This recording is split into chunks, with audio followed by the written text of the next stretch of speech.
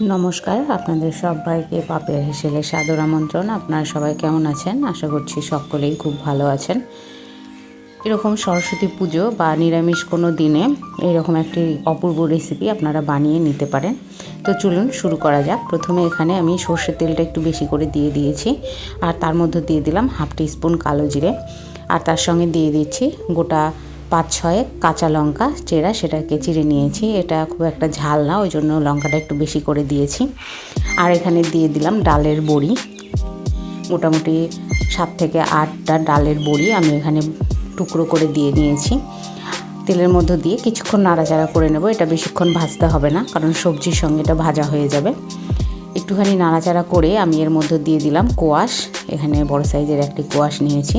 কোয়াশটাকে দিয়ে এবার সবজির সঙ্গে আর মোটামুটি 2 থেকে 3 মিনিট মতন একটুখানি নাড়াচাড়া করে নেব, তাতে কোয়াশটাও একটুখানি মজে আসবে আর ডালের বড়িটাও বেশ ভাজা হয়ে যাবে।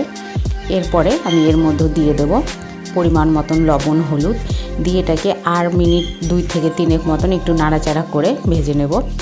আজকের রেসিপি আপনাদের কেমন লাগলো অবশ্যই কমেন্টের মাধ্যমে জানাবেন। লাইক করবেন, শেয়ার করবেন বন্ধুবান্ধব আত্মীয়দের মাঝে, আর সাবস্ক্রাইব করে অবশ্যই আমার পাশে থাকবেন। এই যে দেখুন, নাড়াচাড়া করে নিয়েছি, আর কোয়াশটা বেশি ভাজার প্রয়োজন নেই, একটুখানি নাড়াচাড়া করলেই হবে। এর মধ্যে এবার দিয়ে দিলাম 1 টিস্পুন আদা বাটা আর 1 টিস্পুন জিরে বাটা দিয়ে আর মিনিট 1.5 মতন আমি এটাকে একটু নাড়াচাড়া করে নিচ্ছি। নাড়াচাড়া করে আমি এখানে পরিমাণ মতন জল দিয়ে নেব। জলে সেদ্ধ হয়ে গেলে আমাদের নিরামিষ তরকারি একদম রেডি। এটা যে কোনো নিরামিষের দিনে অপূর্ব লাগে খেতে, অবশ্যই বাড়িতে একবার ট্রাই করবেন। এই যে দেখুন, জল দিয়ে দিলাম। এরকম একটু ঝোল ঝোল থাকতে নামিয়ে দেব, কারণ বড়ি রয়েছে, সেটা অনেকটা গ্রেভিটা টেনে নেবে। একদম রেডি আমার নিরামিষ তরকারি। সম্পূর্ণ ভিডিও দেখবার জন্য ধন্যবাদ।